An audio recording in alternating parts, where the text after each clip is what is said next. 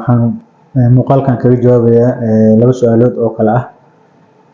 Waxaan badanaa isku arkaa bisha Ramadaan madax xanuun aan hore u qabi jirin, iyo sidoo kale midda ah xanaaq ziyaada ah ayaan isku arkaa galbihii Ramadaanka.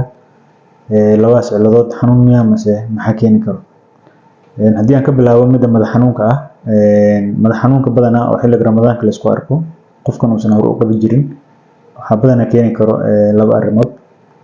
Midda koowaad waxaa waaye in sokortaada ay low noqotay ama hoos u dhacday, ciladaas oo loo yaqaan hypoglycemia. Maalin dhaweydna aan kasoo hadlay, taasoo ka dhalatay gaajada iyo oonka. Haddii sokorta marka hoos u dhacdo, wuxuu qofka isku arkaa madax xanuun, wuxuu isku arkaa daal, indho madoobaad, jarayn, tabar darri. Badanaana waa xilliga afarku soo dhow yahay iyo wixii duhurka ka dambeeya badanaa la isku arkaa. Qofkan wax qabta ma rabo, gaajo iyo wareerkaas iyo madax xanuun oo ziyaada ayuu isku arkaa. Cilada labaad oo keeni karta waxaa waaye dadka joogtay cabitaanka kafeega iyo qaxwada. Maadaama bisha Ramadaan la gaajaysan yahay oo waxaas aan la cabeynin, jirkan hore ula qabsaday, waxaa ku dhac wax loo yaqaano caffeine withdrawal headache, oo ah jirkii u baahan qaxwadii iyo kafeegii, sidaa darteedna uu madaxa qofku xanuunayo. Marka dadka la qabsaday waxaa lagula taliyaa in 2 usbuuc ka hor bisha Ramadaan ay joojiyaan qaxwadii kafeega joogtada u cabayaan, ama haddaysan samayn karin in suxuurtii ay koob qaxwo ama koob kafee ay cabaan oo maalintaas ay ku gudbaan.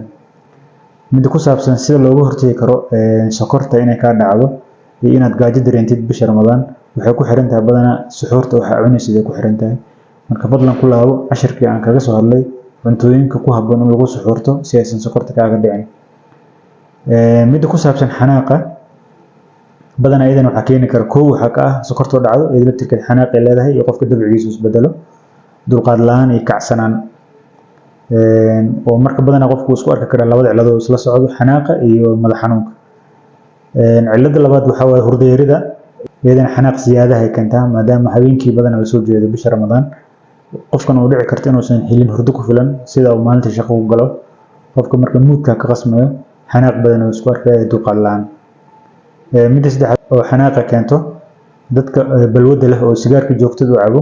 Sigaarka markii muddo la moogaado la joojiyo, isagana wuxuu leeyahay xanaaq iyo dulqaad la'aan oo ziyaada ayuu leeyahay. Marka qoladaas waxaan kula tali lahaa in ay kaga faa'iidaystaan bishan Ramadaan oo sigaarkaas jirka ay ka jaraan, oo ay sameeyaan tallaabooyin ay sigaarka ay ku jooji karaan. Midda kale waxaa waaye xanuun baabiyaasha loo qaato madax xanuunka. Bisha Ramadaan madax xanuunkiisa waxba kama tarayo. Maadaama cilada keentay ay ka duwan tahay ciladii madax xanuunka keento. Midda labaadna daawada madax xanuunka waxay jirka ku jiri kartaa 12 saacadood midda ugu badan. Marka haddii aad dhahdid xanuun baabiyaha cunaya markaan suxuuranayo si madax xanuunka uga hortago, kuma soconayso oo madax xanuunka uu imaanaya markii uu daawada jirka ka baxdo. Waana mahadsantihiin.